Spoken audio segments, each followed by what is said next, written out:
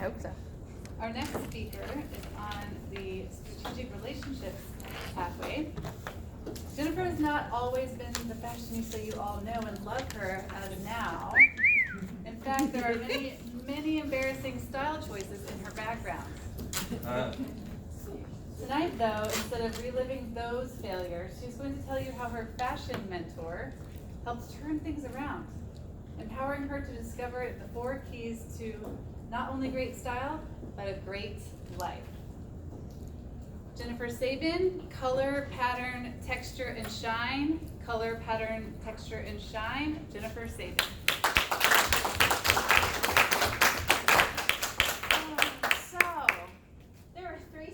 Tonight who are on the same assignment as me, talking about mentoring. One of them has a mentor she's never met. The other has several mentors in his field all over the state of Florida. And I'm here to tell you I took the lame approach.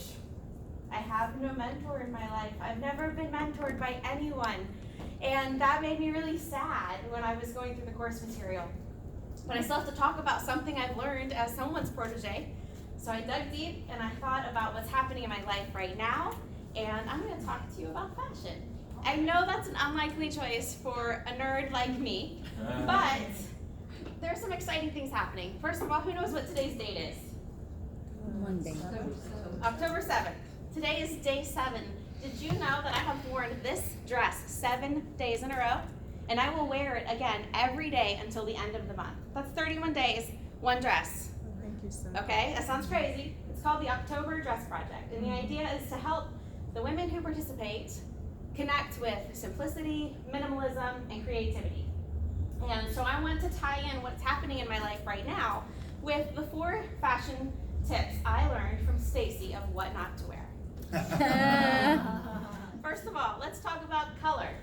Obviously, every outfit that we wear has color, and that's part of what makes it interesting. But did you know that in your life, we also have color? It's the diversity of culture that's all around us. And we have to have that color in our lives to have fun, to learn, and to grow. So not only color in our fashion, but color in our lives. Next, we have pattern. This one I can speak a little bit more about because I think the color one's kind of obvious. But the patterns in our fashion would be, for example, the stripes that are on my dress, or it would be the plaid on Mark's shirt, or the lovely pattern on Shauna's top. They all make our clothes more interesting to look at and reflect our personality. But pattern in our lives, that's routine. And something that I'm learning through the October Dress Project is routine. By knowing what I'm going to wear every morning when I wake up, that becomes part of my routine. It's one less thing that I have to commit energy to.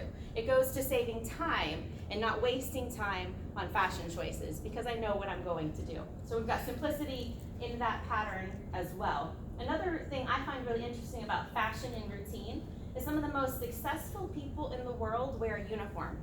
Steve Jobs, Bill Gates, Mark Zuckerberg, every time you see them, they're wearing the exact same clothes.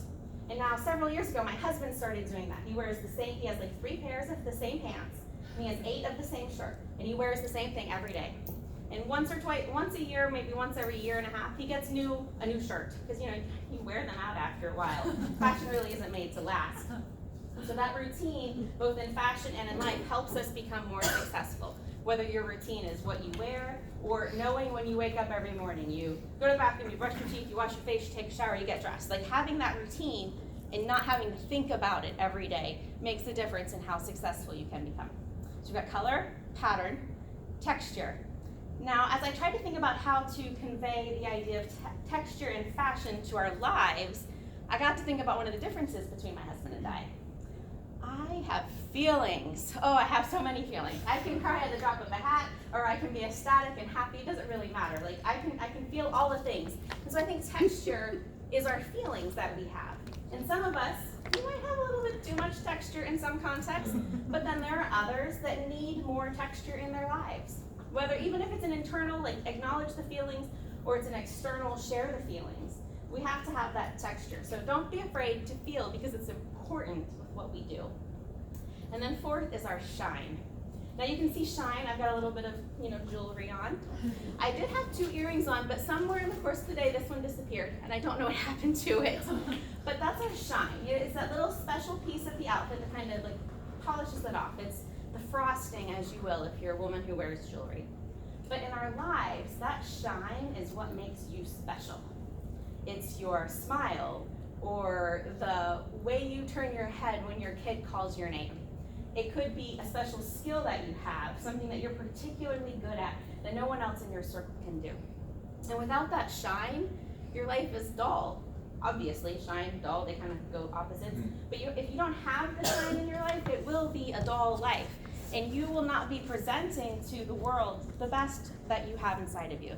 So even though my mentor is Stacy from What Not to Wear, and she did teach me a little bit about fashion, I tried to share with you tonight how those details, color, pattern, texture, and shine, all make our lives better, both on the outside and on the inside. Thank you very much.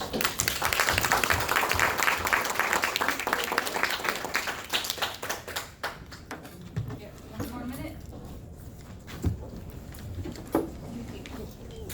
Oh my God, you're doing